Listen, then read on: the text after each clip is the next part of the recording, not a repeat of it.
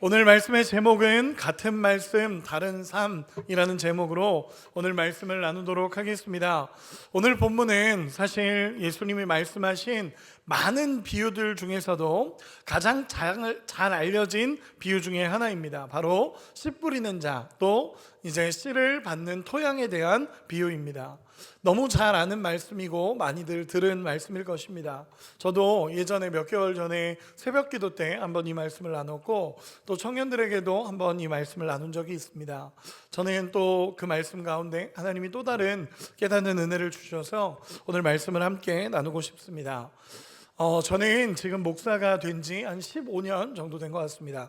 목사가 되고 한 15년 정도가 흘러가는데, 제가 목회를 하면서 요즘에 참 많이 깨닫는 게 있습니다. 뭐냐면 제 생각만큼 목회가 쉽지 않다라는 걸 정말 많이 깨닫고 있습니다. 어떤 날은 정말 말씀을 잘 준비하고 기도하고 정말 하나님 앞에 외쳤는데도 뭔가 마음이 냉랭한 것 같을 때도 있고, 또 어떤 때는 진짜 힘들어서 막 어떻게 했나도 모르겠는데 하나님의 은혜가 흘러가기도 하고, 또 성도님들 마음의 변화가 일어났다라고 하는 분들도 있습니다. 또 어떤 때는 크게 은혜가 임했다고 해서 엄청나게 큰 변화가 일어날 줄 알았는데 그러지 않을 때도 있는 것 같고, 참 많은 고민들이 있기도 합니다. 제가 15년 전에 15년 전에 목사가 처음 되면서 시작했던 곳이 호주였습니다. 호주 시드니에서 제가 사역을 처음으로 시작하게 됐었는데, 그때 시작하면서 제가 목사가 돼서 제가 사역을 딱 시작하면 엄청난 역사가 일어날 줄 알았습니다. 정말 제가 목회하면 막 하나님의 역사가 엄청나게 흘러갈 줄 알았는데, 이 영역은 제 영역이 아니라는 걸 깨닫는데 얼마 걸리지 않았습니다. 순식간에 하나님께서 깨닫게 하셨고, 시간이 오래 걸리지 않았습니다. 성도님들도 그렇지 않습니까? 하나님의 은혜를 경험하고 또 말씀을 듣고 기쁨이 있기도 하고 눈물도 나고 감사가 있는데, 막상 내 삶의 현장으로 들어가 보니까 변화가 일어나지 않는 내 모습에 또 때로는 답답하기도 하고, 또 하나님의 말씀을 붙잡고 살아야지 라고 했는데 때로는 안 되는 그 모습에 답답하기도 하지 않으십니까? 때로는 우리의 인생에 이런 시간들이 있다라는 것입니다. 저는 오늘 이 말씀을 전하기 전에 한 가지 질문을 우리 성도님들에게 먼저 드리고 싶습니다. 오늘 본문의 제목에 대한 말씀인데, 여러분, 우리는 왜 같은 말씀을 들었는데 다른 삶을 살아가고 있을까요? 같은 예배당에서 같은 시간에 같은 말씀을 듣습니다. 그런데 어떤 사람은 그 말씀이 삶을 바꾸기도 하고, 또 어떤 사람은 예배당 문 열고 나가는데 말씀이 사라지기도 합니다. 또 어떤 사람은 고난이 와도 말씀을 붙잡고 견뎌내는데, 어떤 사람은 조금만 힘들어도 하나님 원망하고 떠나기도 합니다. 어떤 사람은 수십 년 신앙생활을 했는데도 삶의 열매가 잘 맺히지 않는데, 어떤 사람은 믿은 지 얼마 되지도 않았는데 하나님의 역사가 그 삶에 가득 넘치는 것처럼 느껴지기도 합니다. 여러분, 왜 그럴까요? 왜 그럴까요? 같은 말씀을 듣고 같은 하나님의 은혜를 경험하는데 왜 우리의 삶은 자꾸 다른 걸까요? 오늘 본문은 이 질문에 대한 답을 주고 있습니다.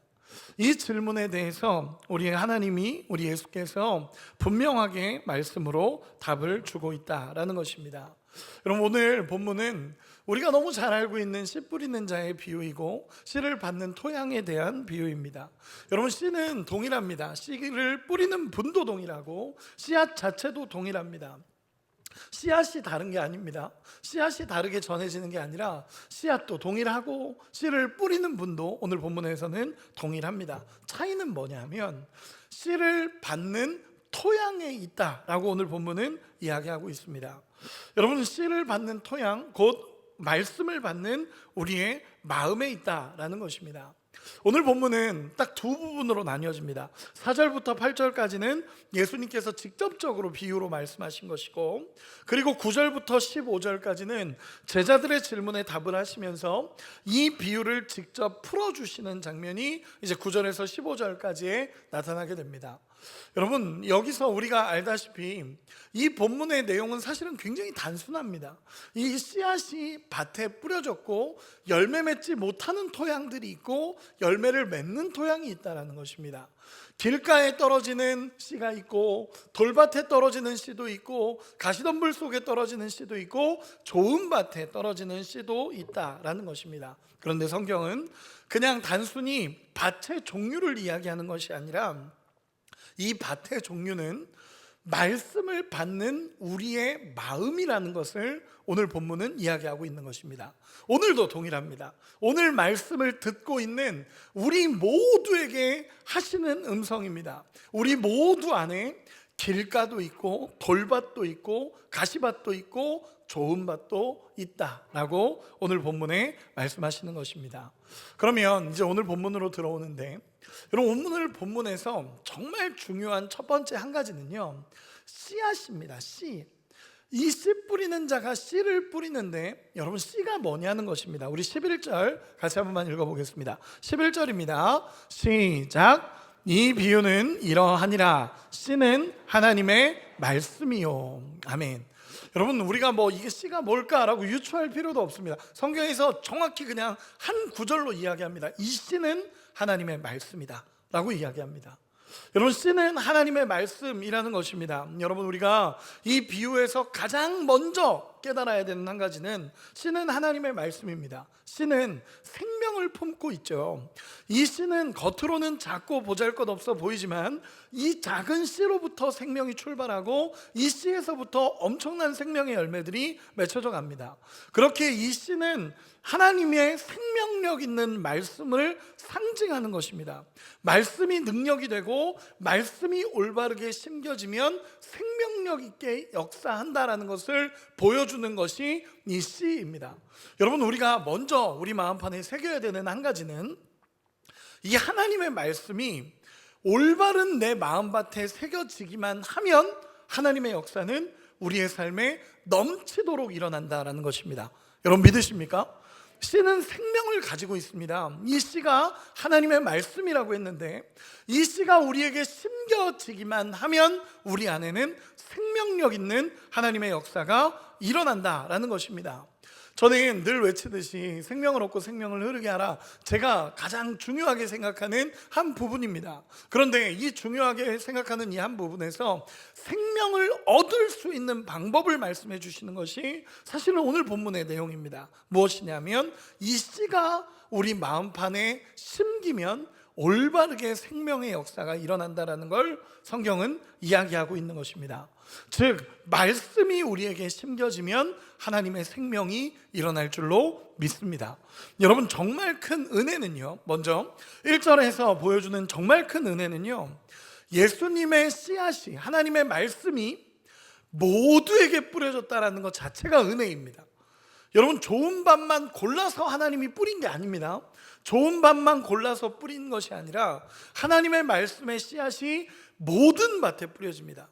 길가에도 뿌려지고요, 돌밭에도 뿌려지고 또 가시밭에도 뿌려지고 좋은 밭에도 뿌려졌다라는 것이 하나님의 은혜라는 것입니다. 오늘 우리가 찬양할 때도 또 기도하시면서도 찬송도 저는 참 많이 느끼는 건 뭐냐면 우리 주님의 긍휼하심과 우리 주님의 은혜를 찬양하는 겁니다. 마찬가지로 이 본문에서도 씨앗이 모두에게 뿌려졌다는 것은요, 여러분, 정말 큰 하나님의 은혜입니다. 하나님이 좋은 밭만 골라서 뿌리신 게 아니라 모든 밭에 동일하게, 씨의 종류도 다른 게 아닙니다. 모든 밭에 동일하게 뿌려졌습니다. 동일하게 하나님의 말씀이 부어졌고 동일하게 모든 은혜가 선포되었다라는 것입니다.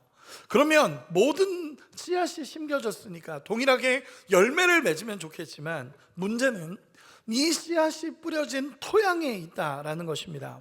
하나님의 말씀의 씨가 잘못된 것이 아니라 이것을 받는 토양에 따라서 잘 자랄 것인가 잘 자라지 못할 것인가가 결정된다라는 것을 오늘 본문을 통해 하나님은 말씀하시는 것입니다. 물론 씨를 뿌리는 자의 역할도 중요함을 성경은 계속적으로 이야기합니다. 그러나 오늘 본문에서는 씨앗도 동일하고 뿌리는 자도 동일하고 결국 밭이 어떤 밭이냐에 따라 결정된다라는 것을 오늘 본문에서 이야기하십니다. 그렇기 때문에 여러분, 오늘 본문의 내용은요, 하나님의 말씀을 듣는 자의 책임을 이야기하시는 것이고, 하나님의 말씀을 우리가 어떤 마음으로 듣느냐에 따라서 올바르게 하나님의 열매를 맺고 우리의 인생에 가장 풍성한 하나님의 역사가 일어난다라는 것을 오늘 본문은 이야기하고 있다는 것입니다. 그래서 이제부터 밭 하나씩 한번 살펴보도록 하겠습니다. 예수님이 비유로 말씀하신 밭에 대해서 말씀을 나누겠습니다. 혹시 마음밭을 보면서, 이 나누는 말씀의 밭을 보면서 내 마음은 아닌가? 라고 한번 돌아보셨으면 좋겠습니다. 첫 번째는요, 길가에 뿌려진 씨앗이다 라고 성경은 이야기합니다. 여러분, 길가에 뿌려진 씨앗이다 라는 표현은요, 여기서 말하는 길가는 사람들이 밟고 다니는 길을 의미합니다. 여러분, 사람들이 밟고 다니니까 땅이 딱딱하게 굳어진 상태죠. 사람들이 밟고 다니니까 땅이 딱딱하게 굳어진 상태에 씨가 뿌려졌다고 생각해 보십시오. 그 딱딱하게 굳어진 땅에 씨가 박히지가 않는 겁니다. 그리고 사람들이 지나다니는 땅이다 보니까 거기에 떨어졌어도 또 사람들이 밟고 다니고, 또 본문에 보면 새들이 와서 먹기도 했다라고 이야기를 합니다. 여러분, 이 말씀에 대해서 예수님이 풀어주시는데 12절입니다. 우리 12절 같이 한 번만 읽어보겠습니다. 같이 읽겠습니다. 시작. 길가에 있다는 것은 말씀을 들은 자니 이에 마귀가 가서 그들이 믿어 구원을 얻지 못하게 하려고. 아멘. 여러분, 길가에 뿌려졌다라는 것은요, 여기서 오늘 본문에도 이야기하지만 말씀을 들었다라고 합니다. 말씀을 일단 듣는 겁니다. 여기에 계신 모두도 마찬가지죠. 하나님의 말씀을 듣는다라는 것입니다. 그런데 문제는 뭐냐면, 말씀을 듣긴 듣지만 마음판에 새겨지지가 않는 것입니다. 말씀을 듣긴 들었는데 심겨지지가 않는 상태를 얘기할 때 길가에 떨어진 씨앗이다 라고 얘기합니다. 말씀은 들었지만 마음이 굳어져 있어서 말씀이 온전히 나에게 주시는 하나님의 음성으로 안 들리는 것입니다. 듣자마자 끝나버리는 겁니다. 듣자마자 끝나버리고, 듣기는 하는데 집중도 안 되고, 그 말씀이 나를 향한 음성으로 들려지지가 않는 겁니다. 그러니까 말씀을 들어도 감동이 없고 답답하고 은혜가 없이 느껴지는 것입니다. 여러분, 우리의 모습은 아닙니까? 아닌 것 같습니다. 아닌 것 같습니다. 다 아닌 것 같습니다. 한 두 분 정도만 조금 불안한데 다 맞는 것 같습니다. 여러분, 말씀을 듣다가 그런 겁니다. 말씀을 듣다가 목사님 말씀이 좀 길어지면 자꾸 시계만 보고 있고, 여러분, 이게 우리가 말하는 길가입니다. 한숨이 나오고, 이렇게 되면 우리의 삶에 변화가 일어나지 않습니다. 하나님의 은혜를 받아 누리고 있지 못하는 상태를 의미합니다. 그런데 전 이 말씀이 두려운 이유는요, 그저 내 생각으로 말씀을 받지 않고 있는 상태를 이야기하는 것이 아니라 12절 본문에서 이야기하는 것처럼 이에 마귀가 가서 그들을 믿어 구원을 얻지 못하게 하려고 말씀을 그 마음에서 빼앗는 것이다 라고 표현을 합니다. 쉽게 얘기해서 내가 안 듣는 것 같아 보이지만 사실은 마귀가 못 듣게 막고 있다는 것입니다. 여러분, 저는 이 말씀이 참 무섭습니다. 마귀가 구원을 얻지 못하게 하려고 말씀을 빼앗고 있는 상태다라는 것입니다. 여러분, 하나님의 말씀이 우리 가운데 심기면 가장 폭발력 있고, 그리스도의 복음이 우리 가운데 심기면, 복음은 믿는 자에게 구원을 주시는 하나님의 능력이 되는데, 그 능력의 말씀이 우리 가운데 심겨짐에도 불구하고 말씀을 받아들이지 않고 있고, 결국 길가에 떨어져 밟히고 먹혀버리는 상태가 이 길가에 뿌려진 씨앗입니다. 감사가 없고 불평이 있고 항상 말씀이 새겨지지 않는 상태를 의미하는 것입니다. 두 번째는요, 바위 위에 떨어진 씨에 대한 말씀입니다. 여러분, 바위 위에 떨어진 씨앗이다 라는 이 표현은요, 여러분, 우리가 잘 기억해야 되는 게 돌 위에 그냥 떨어졌다라는 표현이 아니라 흙은 흙입니다. 흙은 흙인데 그 밑에 층이 바위로 된 겁니다. 여러분, 쉽게 얘기해서 이거죠. 흙인 줄 알고 떨어졌는데 떨어지다 보니까, 바위 위에 흙에 떨어지다 보니까 씨앗도 맺혀졌고 이제 조금씩 싹도 납니다. 그런데 문제는 뭐냐면 밑으로 뿌리가 내려가지가 않는 겁니다. 바위가 그것을 막고 있으니까 얕은 흙 아래 바위층이 있다 보니까 처음에는 싹이 나고 겉으로는 좋아 보입니다. 그런데 뿌리가 내려가다가 바위에 막혀서 더 이상 내려가지 못하는 상태를 의미하는 것입니다. 13절에서 이 바위에 떨어진 씨앗에 대해서 예수님이 해석을 해주십니다. 우리 같이 한번 읽어보겠습니다. 시작. 바위 위에 있다는 것은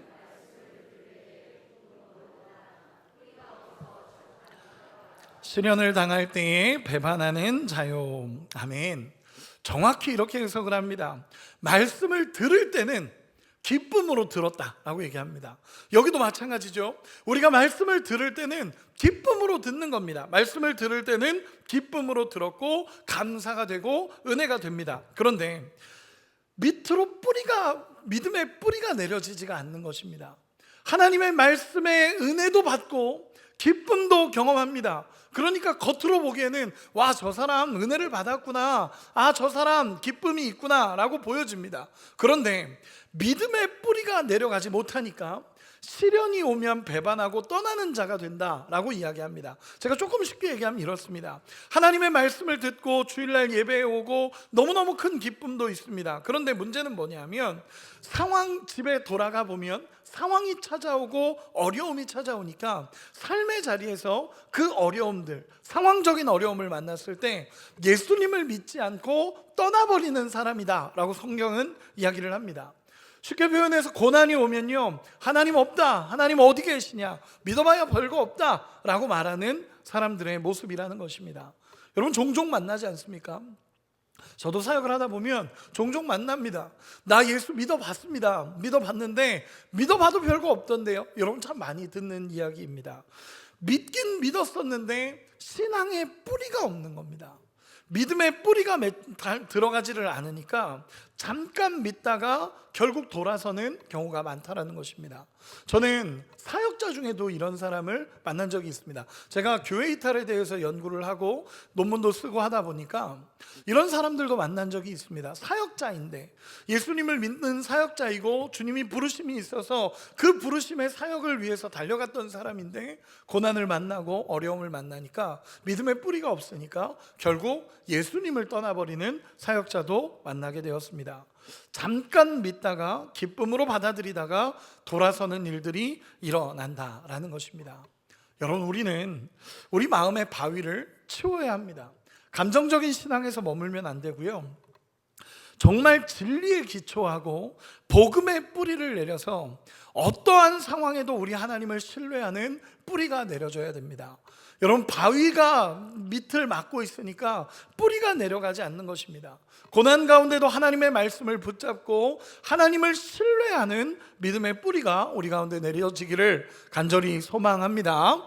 이것이 바위 위에 떨어진 씨앗의 모습입니다. 세 번째는요, 가시떨기 속에 떨어진 씨앗을 이야기합니다.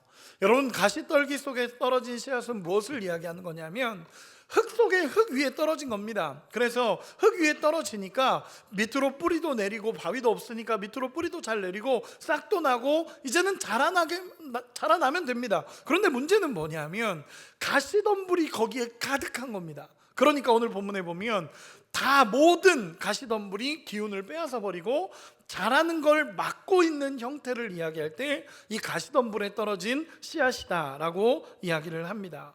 여러분, 결국 자라면서 문제가 생기는 겁니다. 씨앗도 심겼고 밑으로 뿌리도 내리는데 문제는 뭐냐면 자라면서 계속 어려움을 겪고 자라면서 기운이 막혀서 온전히 결실하지 못하는 상태를 얘기할 때 가시덤불이라고 이야기합니다. 14절에서 우리 주님이 이렇게 설명하십니다. 우리 같이 한번 읽어보겠습니다. 시작. 가시떨기에 떨어졌다는 것은 말씀을 들은 자이나 지내는 중 이생의 염려와 재물과 향락의 기운이 막혀 온전히 결실하지 못하는 자요.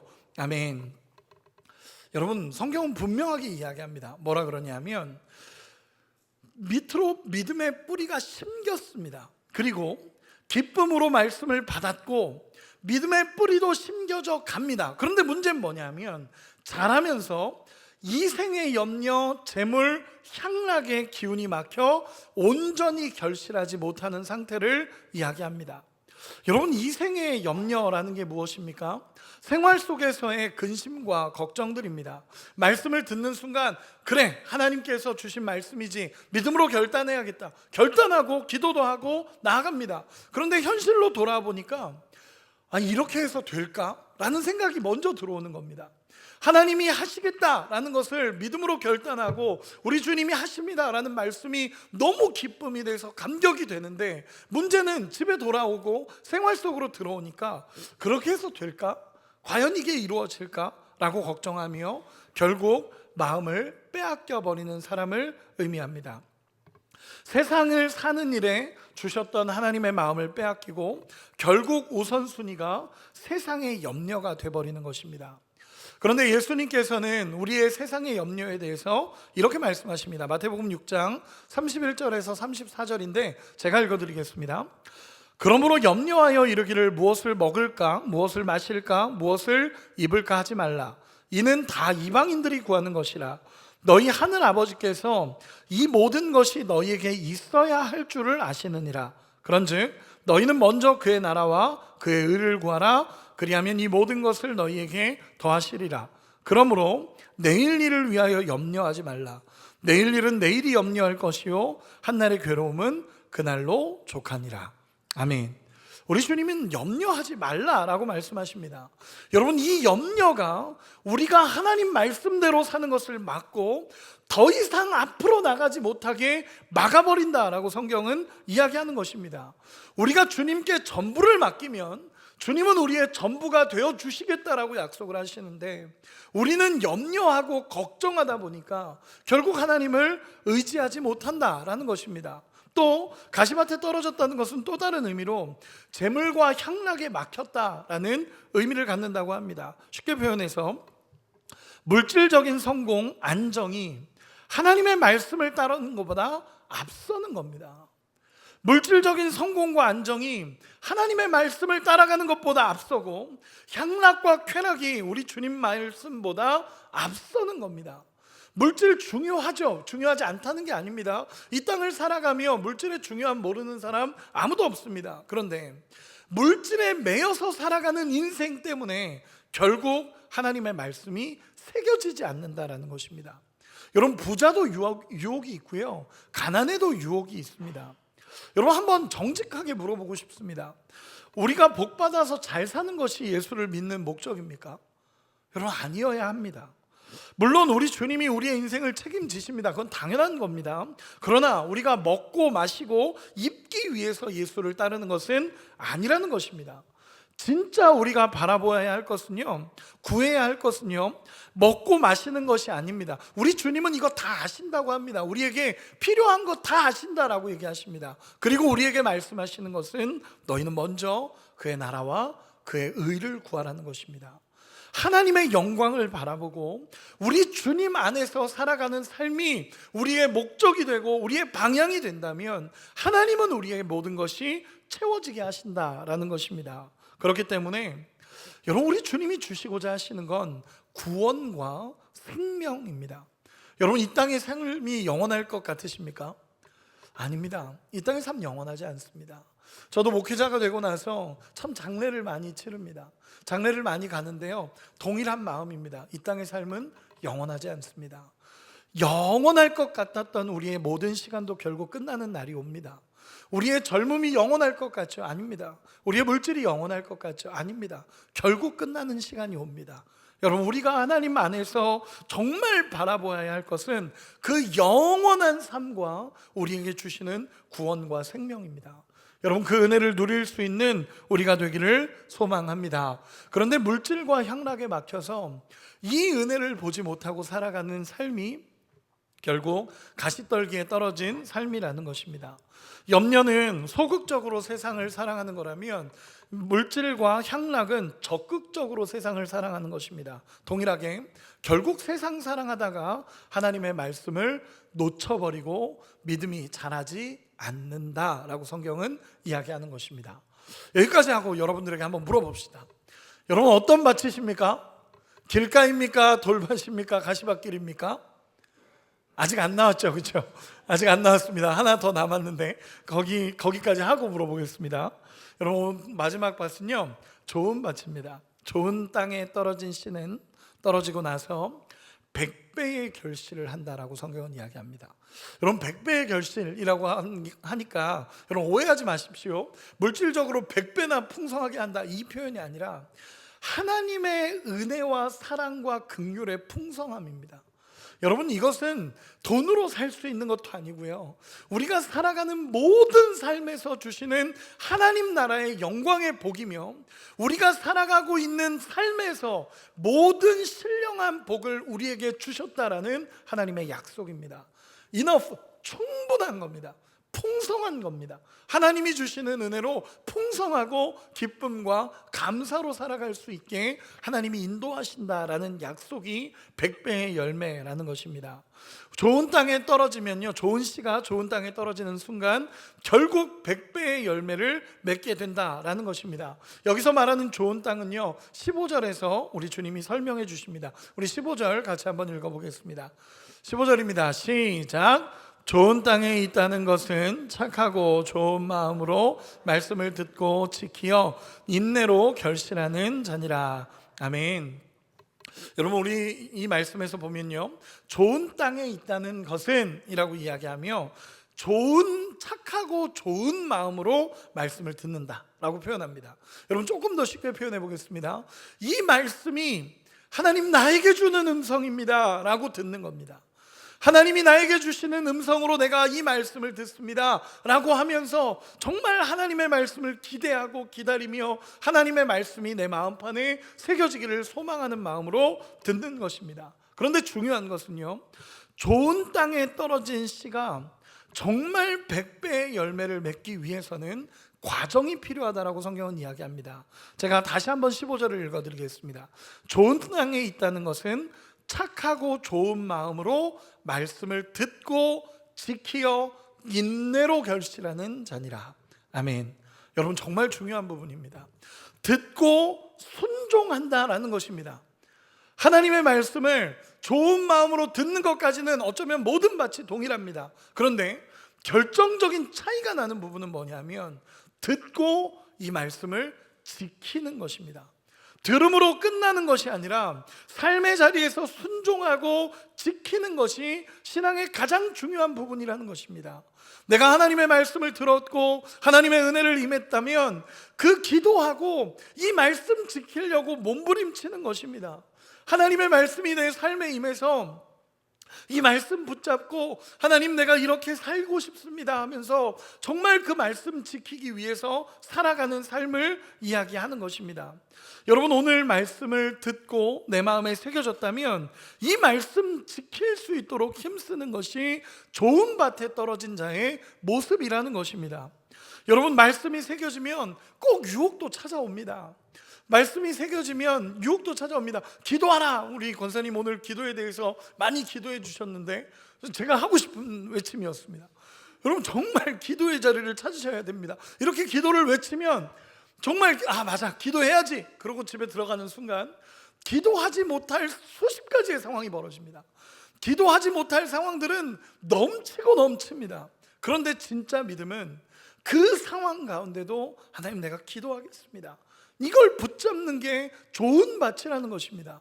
사랑해라 라고 설교했습니다. 사랑하지 못할 상황이 수십 가지가 펼쳐집니다.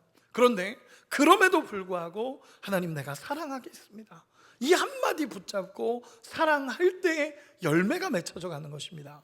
예전에 제가 어떤 권사님께서 새벽 예배를 끝나고 나서 너무 큰 은혜를 받은 겁니다. 이 권사님께서 새벽 기도 끝나고 나서 말씀이 너무 은혜를 받아서 이 말씀을 붙잡고 정말 감사함으로 이렇게 집으로 갔다고 합니다. 새벽 예배 말씀이 너무 좋아서 하나님 은혜다 그러고는 집으로 가는 동안에 집에 도착해서 이제 집 문 앞에 들어가려고 하는데 저기서 자기 큰아들이 오는데 밤새 술 마시고 외박하고 들어오는 큰아들을 만난 겁니다. 딱 만나는 순간 야 이놈아, 이 속에서 울분이 이렇게 올라오면서 야 이놈아! 라고 제가 좀 순화해서 얘기한 겁니다. 야 이놈아 삐! 뭐 이렇게 나온 겁니다. 이렇게 막 소리 지르고 나니까 갑자기 하나님의 말씀은 온데간데 다 없어지고 하나님의 말씀 다 사라졌고 며칠 동안 막 분노가 끓었다고 합니다. 교회 열심히 다니는 청년이었는데 며칠 동안 이 분노가 끓어올랐다고 합니다. 자기 아들을 보다가. 그리고 나서 며칠 후에 저를 만났는데 그때 은혜를 많이 받았던 걸 아니까 권사님 은혜 많이 받으셨죠? 그랬더니 저한테 했던 얘기가 아직도 정확히 기억나는 이야기입니다. 뭐라고 하냐면 목사님, 제가 그날 새벽에 받았던 목사님 말씀의 은혜와 제 아들을 향한 화를 퉁쳤습니다. 퉁쳤다라고 표현할 때 퉁쳤습니다 그러시더라고요. 와, 저는 그 말씀을 듣는데 참 재밌었습니다. 그런데 여러분, 이런 유혹은요 수도 없이 찾아옵니다.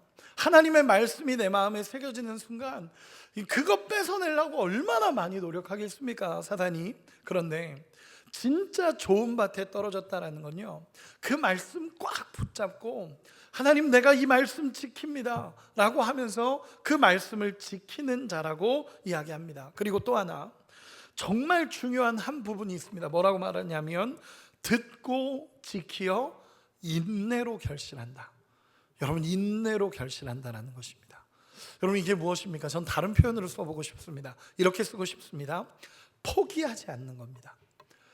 인내라는 표현을 저는 포기하지 않는다라고 말하고 싶습니다. 하나님의 말씀을 지키고 하나님의 말씀을 듣고 지키며 끝까지 포기하지 않고 하나님의 말씀을 따라가는 겁니다. 듣고 지키고 끝까지 포기하지 않고 하나님 말씀 붙잡고 나가는 겁니다. 그때 성경은 뭐라 그러냐면 100배의 열매를 맺게 하시겠다라고 얘기하십니다. 여러분, 이것은 하나님의 약속입니다.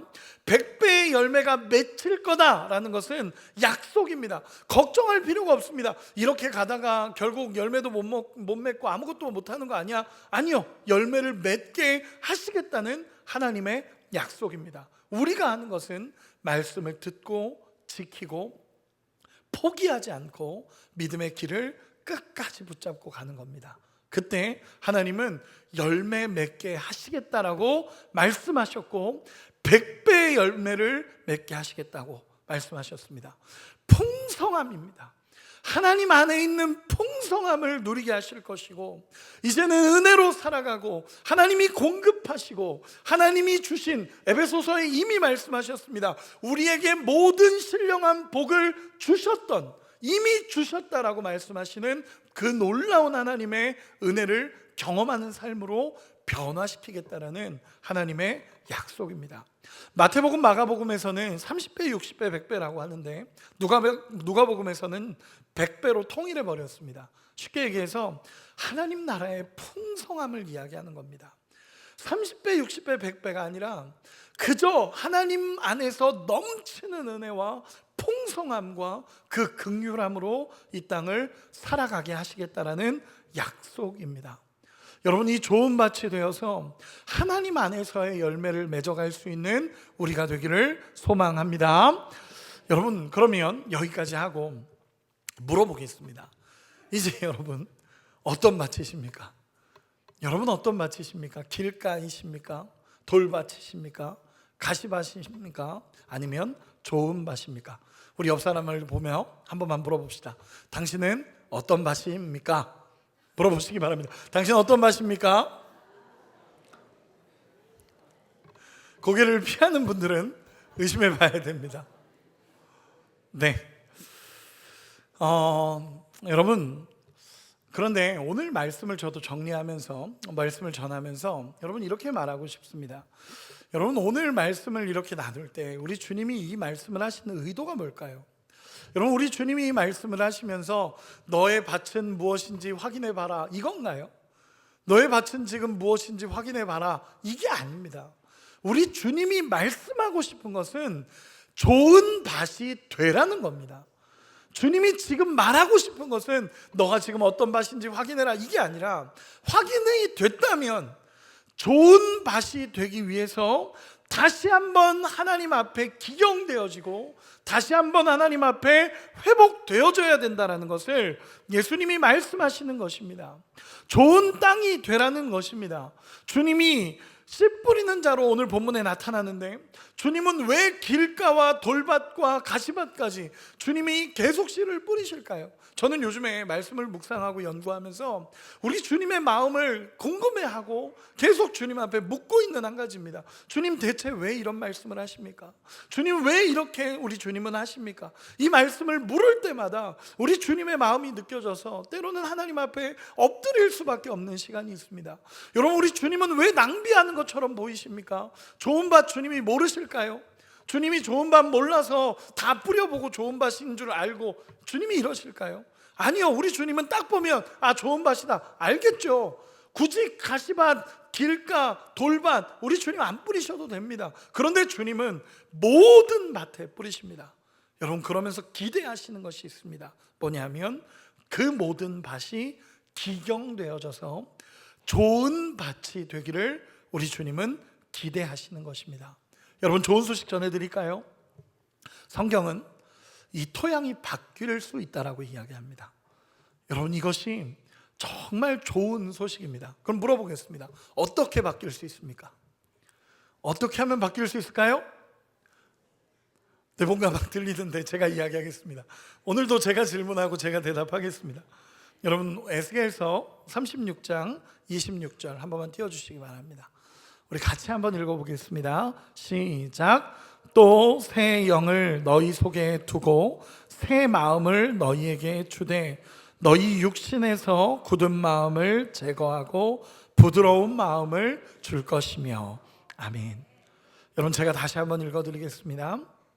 또 새 영을 너희 속에 두고 새 마음을 너희에게 주되 너희 육신에서 굳은 마음을 제거하고 부드러운 마음을 줄 것이며. 아멘. 우리 주님이 약속을 주십니다. 굳은 마음을 제거하시고 부드러운 마음을 주시겠다라는 약속. 우리가 에스겔서 지금 셀라이프에서 묵상하고 있죠.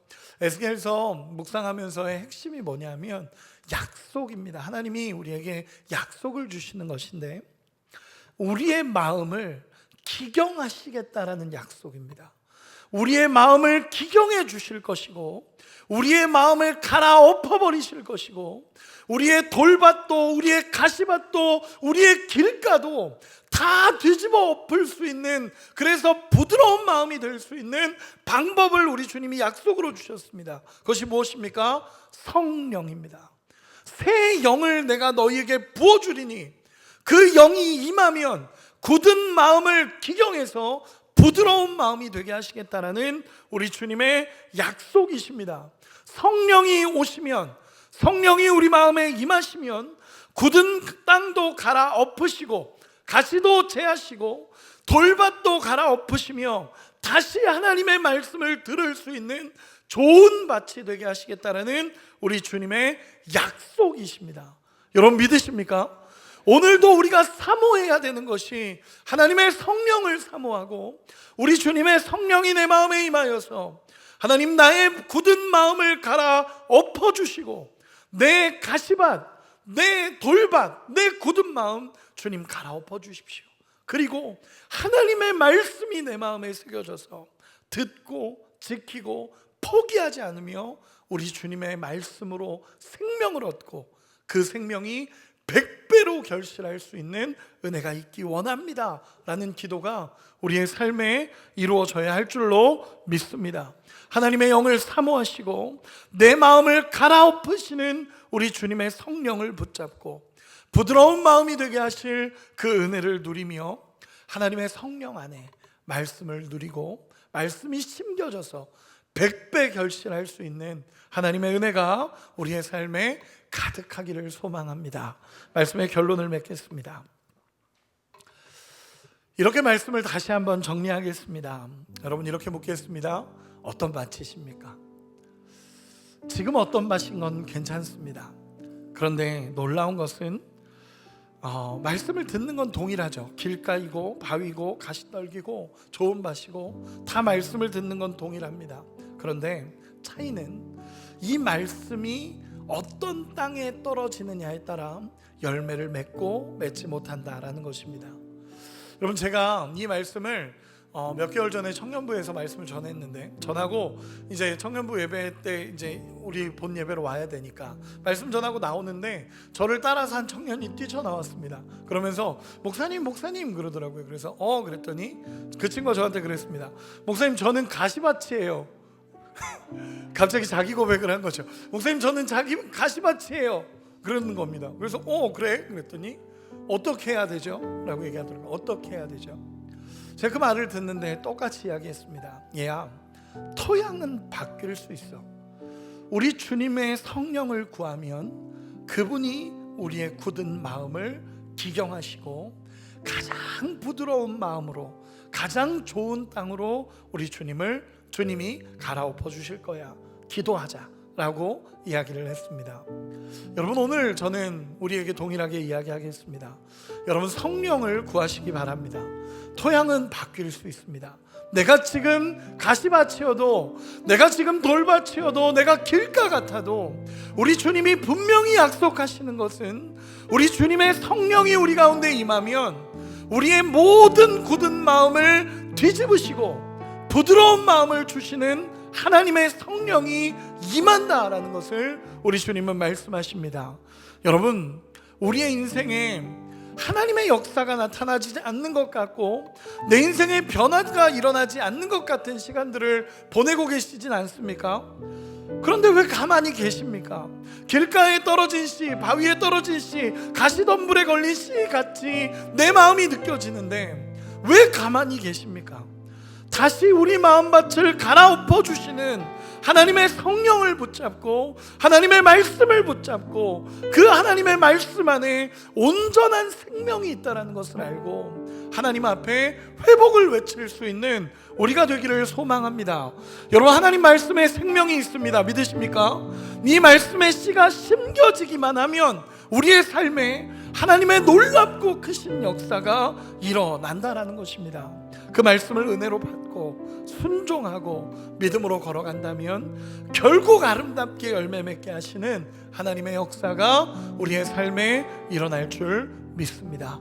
오늘 이 시간 성령을 구하며 우리의 마음밭을 갈아엎어 주시는 분, 그래서 열매 맺게 하시는 우리 하나님을 붙잡는 은혜가 있기를 소망합니다. 우리 마음에 가장 귀한 그 자리에 우리 주님이 임재하시기 원합니다. 우리 같이 찬양하고 기도하겠습니다.